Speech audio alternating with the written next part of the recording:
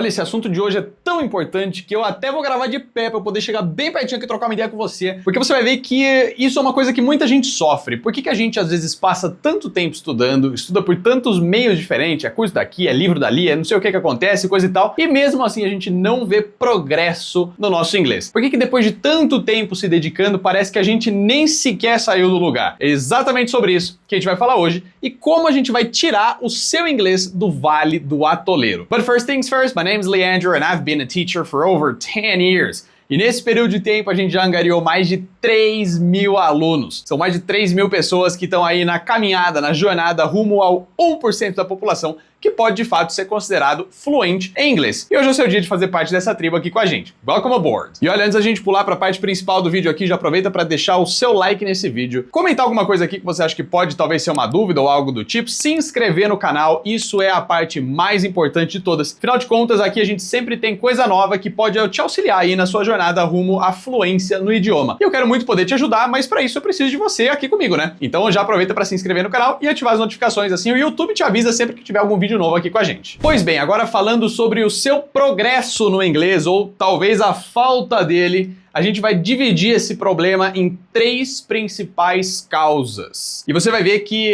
resolvendo cada uma dessas causas, o progresso no inglês passa a ser basicamente inevitável, só realmente uma questão de tempo, mas muita gente peca nesses 3 problemas e por isso acaba patinando aí por anos, talvez décadas, correndo atrás do inglês e não sentindo nenhum tipo de progresso relevante, principalmente no que a gente fala em relação a aulas. Você vai entender aqui nesse vídeo por que a aula é usada da forma errada pela grande maioria da população e como você vai usar a aula do jeito certo, mas a gente vai deixar isso aí lá pro final, porque afinal de contas é a parte que mais gente sofre e é a que mais vai conectar, muito provavelmente, com você do outro lado também. Primeiro caso que eu quero falar aqui, você precisa entender que quando a gente fala de inglês, todos os caminhos levam a Roma. E o que eu quero dizer com isso é que não existe uma bala de prata pro seu inglês. Não existe o método milagroso do João, não existe o livro incrível não sei de quem, não existe nenhuma parada aí que vai resolver o seu inglês, ou que é melhor, que é inovador. Olha, como eu disse aqui no começo do vídeo, eu já tô nesse mercado há mais de 10 anos, é bastante tempo. Apesar dessa carinha de jovem aqui, eu já tenho uma certa bagagem tá, com o ensino de idiomas e tal, e eu já vi de tudo. Eu já vi gente falando que ia aprender, prometendo tempo, né? 3 meses, 6 meses, 8 meses, 10 meses, 1 mês,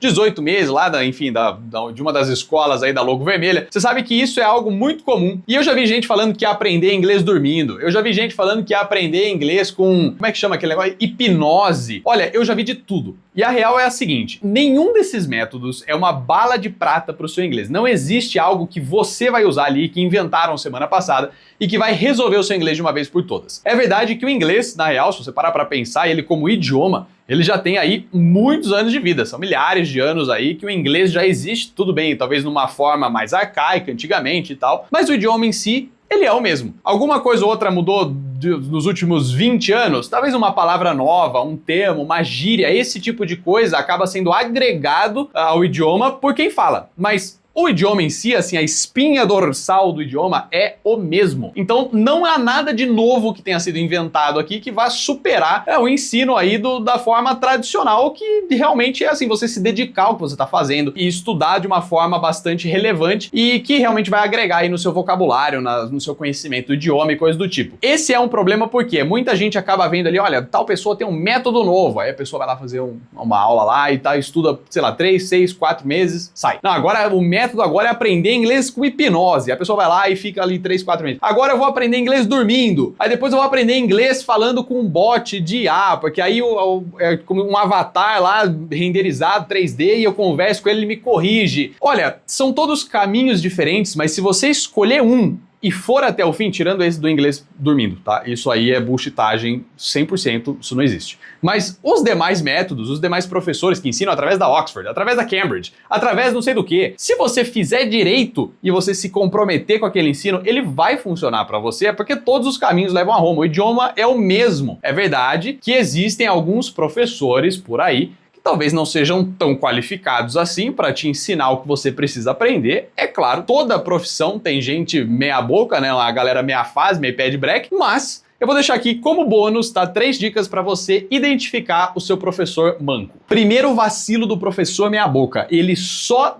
vive com base em certificado. Ah, porque eu tenho letras, porque eu tenho o certificado CAA da Cambridge, porque eu tenho, sei lá, como é que é o nome daquele outro famoso lá? Celta, porque eu tenho isso, porque eu tenho aquilo. Certificado não garante que você é um bom professor. Certificado garante que você foi um bom aluno durante o período que você precisava tirar o certificado. Uma coisa é você ter diploma, outra coisa é você ter as manhas de fazer o seu conhecimento sair da sua cabeça e entrar na cabeça do seu aluno. Uma coisa não tem nada a ver com a outra. Às vezes você acha alguém aí que está muito disposto a te ensinar, uma pessoa que ama o que faz de fato e ensina com um grande prazer pelo que está fazendo, e a aula dessa pessoa vai acabar sendo melhor do que o professor que tem lá um diploma de letras que está guardado na gaveta há 30 anos, porque em 1980, quando abriram a primeira não pode falar o nome, censurem. Quando abriram a primeira escola de inglês aqui no Brasil, ele resolveu que ele ia fazer isso da vida e, assim, isso não garante que ele é um bom professor. Agora, se você acha um bom professor que tenha Celta, que tenha isso e aquilo e tal, e você segue o cronograma ali por ele proposto, vai dar certo, desde que você faça a sua parte também. Mas esse é um grande ponto aí, se você achar um professor que diz que tem mundos e fundos de diploma, isso provavelmente é um mau sinal, porque ele tá vivendo de diploma e não tá vivendo de resultado dos alunos, que é isso que importa pra gente. Segundo ponto aqui que você pode identificar um professor meia fase, ele não sabe te explicar o porquê das coisas. E olha, um direito fundamental do aluno é fazer pergunta semi-irrespondível. Todo mundo já fez uma pergunta tipo assim, pô, como é que fala paçoca em inglês? Porra, paçoca é brasileiro, cara, eu não sei, não tem nos Estados Unidos um bagulho desse, não tem paçoca, pastel, coxinha, sabe? Tem umas coisas que é daqui, não tem como traduzir. Aí você faz uma pergunta desse naipe assim, mas gramaticalmente falando, né? Pô, por que aqui nessa frase eu preciso montar dessa forma e não daquela forma? Tem coisa no inglês, a minoria das coisas, que realmente é porque sim. Tipo, ah, por que é assim? É porque é assim. Então tem coisa que não tem o que fazer. Agora, na grande maioria dos casos, o seu professor tem que ser capaz de te explicar por que tem que ser assim e não tem que ser assado. Se ele não tem essa capacidade, o que ele fez foi memorizar uma explicação, provavelmente foi a que ele recebeu lá 20, 30 anos atrás, e ele vai vomitar essa explicação pra cima de você, e se você tiver alguma dúvida ou se por acaso o seu estilo ali de aprendizagem não combina com o dele, é isso que vai acontecer, você vai ficar sem entender nada, vai achar que o inglês não é pra você, vai desistir dessa caminhada quando não deveria ser assim. Você realmente deveria ter esse suporte do seu teacher e te dizer por que a frase é assim, por que essa palavra tem que ser assado, por que isso funciona assim, não funciona assado. É dever do professor conseguir te explicar isso direito. Se o seu professor não tá conseguindo fazer isso, é um sinal de alerta, talvez você precise de outro teacher menos manco que esse. E o último caso aqui, que é fácil de você achar um professor que não sabe o que tá fazendo, é quando ele se apoia naquele PDF pirata que ele baixou lá do ForShared em 2015. Não, 2015 eu fui generoso, né? ForShared de 2005, pô, não é não? Eu acho que é muito mais velho isso aí. Que aí ele pegou lá um PDF pirata da Cambridge e até hoje ele dá aula com a mesma apostila, com o mesmo PDF lá escaneado, que você vê que tem até a marquinha do espiral, assim, né? No cantinho da folha, ridículo. Você tira isso aí desse cara, ele não sabe nem o que ele tá fazendo mais, talvez até o endereço dele ele esquece. Porque ele não domina o idioma, ele domina aquela apostila. E se você tirar aquela apostila dele, vai tudo por água abaixo. O seu professor tem que ser capaz de se virar ali numa aula, de explicar as coisas de formas diferentes. Isso é uma coisa, na época que eu pegava muita aula particular, era muito comum. A gente tinha ali um aluno que, olha, beleza, eu vou explicar tal matéria desse jeito, porque é o jeito que eu mais me sinto aqui confortável, eu consigo os melhores exemplos e tal. Aí eu fazia aquela explicação e o aluno não entendia nada. Ora, o que eu vou fazer? Eu tenho que explicar a mesma coisa de outra forma. E para fazer isso, você às vezes tem que ter uma certa criatividade ali, você tem que se desapegar do material que até então você usava e montar uma outra explicação, usar lousa, usar rabisco, rascunho, enfim. Tem N maneiras de fazer isso. E o livro, né, aquele PDF pirata lá, é uma das formas. E tem muita gente que se apoia só nele e sem ele não consegue nem trabalhar, não consegue nem dar aula. Com essas 3 dicas bônus, você vai conseguir já se livrar da grande maioria dos teachers mancos por aí e vai encontrar um que realmente vai bater o santo contigo aí, uma pessoa competente e que vai conseguir te levar da onde você está hoje com o inglês até a fluência. Como eu disse, se você segue o caminho e segue o processo, todos os caminhos, todas as estradas levam a Roma, porque o idioma é o mesmo já há muito tempo. O que você não deve fazer aqui para evitar ficar nessa patinação infinita aqui sem conseguir sair do lugar, é ficar pulando de galho em galho. Então você faz um pouquinho de aula ali com aquele teacher, aí pô, em 3 meses você ainda não evoluiu tanto assim, aí você vai pro outro. Daí, pô, dá 2 meses e fala, não, putz, vai ficar igual ao outro. Aí você vai pra outro teacher, aí você vai pra outro, aí você tenta um outro método, outro curso e tal, e aí você não segue uma coisa do começo ao fim nunca. E isso é um problema, porque você vai sempre ficar spinning tires sem conseguir sair do lugar. Então, todos os caminhos levam a Roma. Escolhe um professor com quem o santo bate pra você, uma pessoa com quem você se dá bem e tem aí os trejeitos da pedagogia, né? Consegue te ensinar direito, consegue fazer essa transferência de conhecimento de uma forma bem eficaz e segue com essa pessoa até você chegar onde você precisa. Vai ser um prazer pro teacher conseguir te ajudar a chegar na fluência e para você também, que afinal de contas vai conseguir cumprir esse objetivo. É bom para todo mundo, porque a gente precisa só de um pouco de dedicação aí da parte do aluno e, obviamente, um comprometimento, né, uma competência do lado do teacher. Se a gente junta esses dois casos, não tem como dar errado, você vai sair do Vale do Atoleiro. Segundo ponto importantíssimo para você sair do Vale do Atoleiro é você ter um caderninho de vacilos. E o que eu quero dizer com isso é um caderninho ali, uma folha, um livro, pode até ser algo digital, né, um notas ou coisa do tipo, se você é da era da informação aí, mas você tem que ter algum lugar onde você anota quais são os seus principais vacilos com o inglês. O que eu quero dizer com isso? Sabe aquela palavra que toda vez você fala errado porque em algum momento você pegou um vício ali de falar de uma forma X ou Y e até hoje você não consegue falar de outra forma diferente? Eu tenho alguns casos aqui que eu posso compartilhar de alguns outros alunos aí. Por exemplo, a palavra purchase, de compras, né? O departamento de compras, por exemplo, é muito comum que a galera fale purchase e acentue no CHA, quando na real essa sílaba tônica tem que estar no PU, né? Purchase. E tem gente que tem o vício de falar isso errado. Enfim, são vários casos, né? Por exemplo, a palavra main, M-A-I-N, main de principal, tem gente que fala man, só que aí vira tipo rapazes, homens, né? Então, veja, são pequenos vacilos que você comete ali, muito provavelmente no automático, talvez você nem perceba que tá fazendo isso. É dever do seu teacher te ajudar a mapear esses problemas e uma vez que vocês identifiquem, que vocês juntos ali trabalhando em equipe, fica mais fácil aí de transformá-los em objetivos. E é isso que eu quis dizer, é justamente fazendo uma lista ali no seu caderninho de vacilos de todas aquelas palavras, ou termos, ou estruturas, ou enfim, frases, né, vocabulário ali, coisas que você erra no automático, coisas que você já tem o vício de usar errado. Coloca tudo isso no caderno e esse caderno tem que fazer parte agora da sua rotina de estudos. Então sempre que você tiver que dar uma revisada em alguma coisa, pegar o final de semana ali para dar uma revisada na matéria e tal, você voltar nessas palavras, nesses vacilos e começar a frequentemente revisitá-los, estudar novamente, ver como é que você fala errado, como é que é o certo e tal, pra gente ir limando um ponto de problema ali de cada vez. É natural que quando você começa essa jornada, você vai ter muito vacilo para ser corrigido. Obviamente, tem muitas palavras ali que são diferentes, né? A fonética do inglês, queira ou não, ela é bastante diferente do inglês. Tem muitas letras ali que o som da letra não tem nada a ver com o que escreve, com o que fala. Não é a coisa mais simples do mundo. Então é bem comum que no começo você tenha muitos vacilos para serem corrigidos. O importante é que você mapeie todos eles e vá um a um ali, sem pressa, vai na boa, mas é importante sempre fazer isso. Você vai tirando um de cada vez, dá uma estudada mais em um, mais no outro, dá sempre uma revisada nesses materiais e a ideia é que a gente vá limando todos esses vacilos e deixando de ser vício. Uma coisa que eu já adianto para você, tá? Vício é a pior coisa de todas para você limpar no inglês. Então se alguma coisa já virou vício para você, vai ser um pé no saco para tirar, mas não é impossível de forma alguma, só vai dar mais trabalho, vai demorar um pouco mais, vai ser um pouco mais enfadonho, né? Porque toda hora você tem que lembrar daquilo, corrigir aquilo,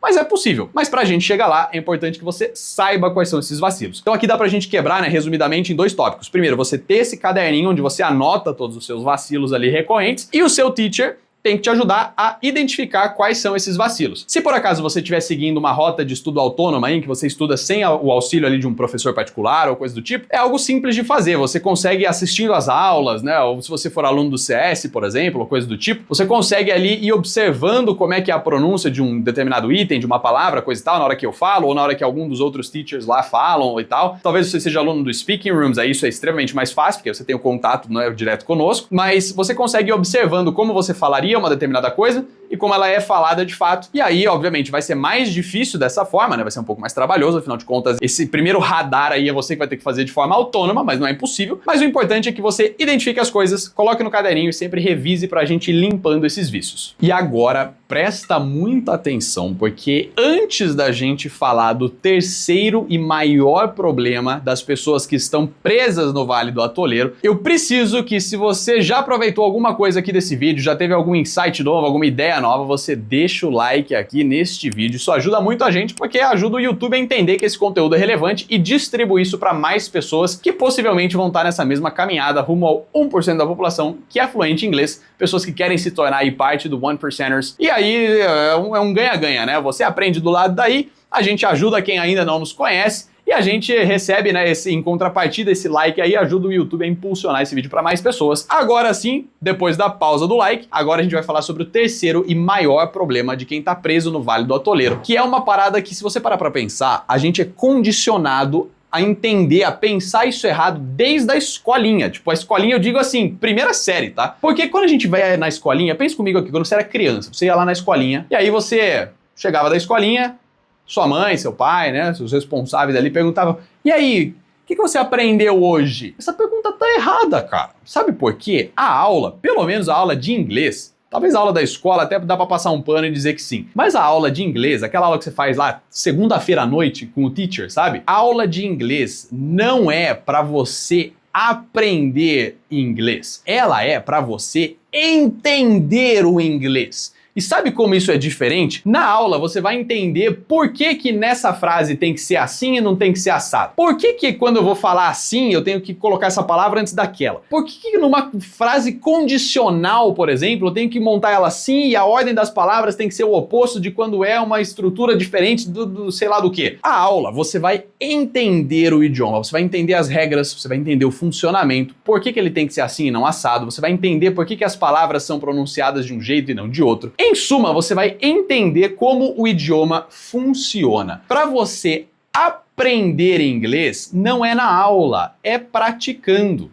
E aqui que está um grandíssimo problema de quem está na jornada da caminhada aí, né, do inglês fluente, coisa e tal. A galera acha que vai aprender e ficar fluente fazendo aula. Não é assim que funciona. Você vai entender na aula, mas sem prática, sem colocar o time em campo, isso vai demorar, assim, décadas. Não tem como a gente competir quem só faz aula com quem faz aula e pratica, e bota a cara a tapa e treina de fato. Quer ver só? Eu vou deixar aqui na tela, editor, por gentileza, coloca aqui na tela, pode até substituir minha câmera se necessário aqui, essa tabela de Cambridge. Essa tabela foi feita pela Cambridge, mostrando para você mais ou menos quanto tempo leva de aula, tá? Que é o estudo guiado que eles chamam lá, para você chegar em cada um dos níveis do CEFR, que é o jeito que a Cambridge usa ali para dizer quem é intermediário, avançado, né, iniciante, coisa do tipo. Note que o nível C2, ele é o mais alto de todos. E nesse nível C2, a Cambridge diz que você precisaria de algo em torno de 1.200 horas de estudo guiado, ou seja, aula. Se você fizer uma conta aqui comigo, chega aqui pertinho. Se você fizer uma conta comigo, 1.200 horas de aula. Se você fizer 2 aulas por semana, que já é mais do que a grande maioria do pessoal faz. A galera faz uma aula por semana, na vasta maioria. Se você fizer 2 aulas por semana, isso daria em 52 semanas do ano, não tô contando nenhum dia, nenhuma semana de férias, sem você perder nenhuma aula, porque você tava com dor de barriga, porque o filho tava doente, e coisa do tipo. Se você for impecável na sua attendance durante 52 semanas, fazendo 2 aulas por semana, a gente tem algo em torno aí de 104 horas no ano. Isso levaria 11 anos e meio para você chegar no nível fluente, fazendo aula. Porque a aula não serve para isso. Ora pois, é isso que eu tô dizendo. A aula você entende. E depois, na rua, por aí, na vida, você pratica. É aquela velha máxima, né? É errando que se aprende? Negativo. É praticando que se aprende. Pelo menos pro inglês, essa é a versão atualizada desse grande ditado popular aí. Isso significa que se você só depende de aula, a sua jornada rumo à fluência vai demorar, tipo, 1 década, mais até um pouco, né? Então, assim, não é que não vai funcionar se você só fizer aula, mas você tem que ter 11 anos da sua vida disponíveis para que isso aconteça. Não sei pra você, mas pra mim isso é tempo pra c... e eu não tô afim de esperar 11 years pra isso acontecer. Sabendo disso, é importante que você pratique mais do que você estude em aula. E aqui eu tenho uma regra que eu chamo de a regra da duplicidade ali da prática. Basicamente, qual que é a ideia? Você vai sempre ter que ter o dobro de prática do que você tem de aula por uma semana. Se você faz 1 hora de aula por semana, ora pois você precisa de 2 horas de prática. Se você faz 2 horas por semana, você precisa de 4 horas de prática. A ideia aqui é que a gente sempre dobre o número de aula para você praticar. E na hora de que eu digo praticar, é qualquer tipo de prática mesmo, tá? Isso aqui serve, por exemplo, ver vídeo no YouTube em inglês, de entrevista, documentários, filmes, música, série, enfim, ler notícias em inglês. Desde que você consiga se expor ao idioma, é extremamente válido a gente chamar essa exposição de prática. A exposição depende muito do que você gosta de fazer. Se você gosta de ler, por exemplo, eu acho que notícias são excelentes para você, né? Entrar num site de notícias ali, ler as últimas notícias e tal. Se você gosta de filme, de série, né, pode usar isso. A gente tem um curso específico para isso, que é o TNT, ou Tá na Tela, onde a gente usa filmes e séries, né, a parte dos diálogos ali para trabalhar a parte de listening, de connected speech e tal. É uma ferramenta fantástica. Se você gosta de música, a gente tem o Loud and Clear, que é o nosso curso de inglês com música, mas você pode fazer esse tipo de estudo, né, com música, por exemplo, sozinho, de forma autônoma. O importante é que você pratique. Principalmente se você quer desenvolver a parte de speaking, de fala, não tem nada melhor para melhorar o seu speaking do que se você botar a cara tapa e speak. Não se pratica o speaking lendo. Não se pratica o speaking ouvindo. Só se pratica o speaking explicando. Então não tem como fugir da regra da prática. É o que eu disse, se você se apoia somente na aula, isso leva 10, 11, 12 anos quase. Então se você consegue fazer a prática além da parte teórica, da parte da aula, é isso, é aí que tá, né, a grande chave da questão. O nome do jogo são horas de voo. Eu sempre falo isso nos vídeos. O nome do jogo para fluência é prática, são horas de voo. É o quanto você consegue se expor ao idioma numa semana ali, no mês e tal, e a gente vai somando essas horas de prática. E aí não tem segredo. Se a gente cumpre essa parte das horas, essa parte aí de prática, de fato, a fluência é uma consequência. Afinal de contas, se você não tem nenhum problema cognitivo, é impossível você não dá certo fazendo isso, praticando. É por isso que quem vai pra fora, fazer intercâmbio, coisa e tal, costuma ter uma vantagem muito grande. Afinal de contas, essa pessoa pratica o inglês o tempo todo, né? Ela tá num lugar em que não se fala português, ela vai pedir um café, tem que ser inglês. Ela vai fazer o quê? Vai ficar com sede? Vai ficar sem café? Não tem como. E aí ela é forçada a praticar. É por isso que dá certo. Não é porque ela tá num lugar lá que as energias e os chakras se alinham, é porque ela tá praticando, cara. Se você para pra pensar que a prática tá sempre, todas as vezes, por trás de alguém que conseguiu, de uma forma bem sucedida, chegar na fluência, fica muito claro entender qual é o nome do jogo aqui, é praticar. Bom, já tô me alongando demais. Esse é o problema de gravar de pé, é que eu me empolgo e eu não paro mais de falar, eu tenho esse problema, eu falo mais que a boca mesmo. Então, se você gostou dessas dicas aqui de hoje, se você entendeu agora o porquê, é o que eu falei, né? O professor tem que ser capaz de te explicar o porquê das coisas. Se você entendeu o porquê tanta gente, talvez seja até o seu caso, fica tanto tempo patinando no inglês sem conseguir resultados relevantes, sem conseguir, de fato, sair do nível ali do intermediário ou do básico e caminhar com mais afinco ali rumo à fluência. Se você conseguir entender o porquê dessas coisas, eu acho que esse vídeo merece o seu like aqui embaixo. E aí me conta também nos comentários se você já foi vítima de algum desses problemas, de ficar pulando de galho em galho ali na hora de achar o melhor método, o melhor teacher, o melhor isso, o melhor aquilo, ou se talvez você não confiou no método antes e quis trocar por XPTO razões ali e tal. Deixa aqui nos comentários, eu vou responder cada um de vocês. E eu vou deixar mais uma dica aqui, o bônus do bônus, que o bônus já estava lá no começo, mas deem uma olhada nesse outro conteúdo que eu escrevi recentemente aqui, falando sobre ferramentas digitais que podem turbinar o seu inglês aí. Então, se você principalmente está nessa caminhada sozinho, está sem teacher por alguma razão, ou prefere, né, estudar por conta própria e tal, essas ferramentas podem ser de grandíssima valia para você melhorar aí, ser mais eficaz nos seus treinos, nas suas práticas e coisa e tal. Eu vou deixar o link aqui na descrição também. Dá uma olhadinha lá, é uma leitura bem simples, bem leve, bem rápida. Eu acho que você vai gostar e vai provavelmente conseguir extrair muita coisa dali também. Algumas ferramentas que talvez você não conheça e pode passar a usar aí na sua rotina de estudos. Well, that's all I got for today. Vejo vocês na próxima semana. Para você receber o vídeo da próxima semana, não se esquece de se inscrever aqui no canal e ativar as notificações para que o YouTube te avise assim que esse vídeo estiver pronto. Agora sim, com tudo isso resolvido, I'll see you guys next time. Out!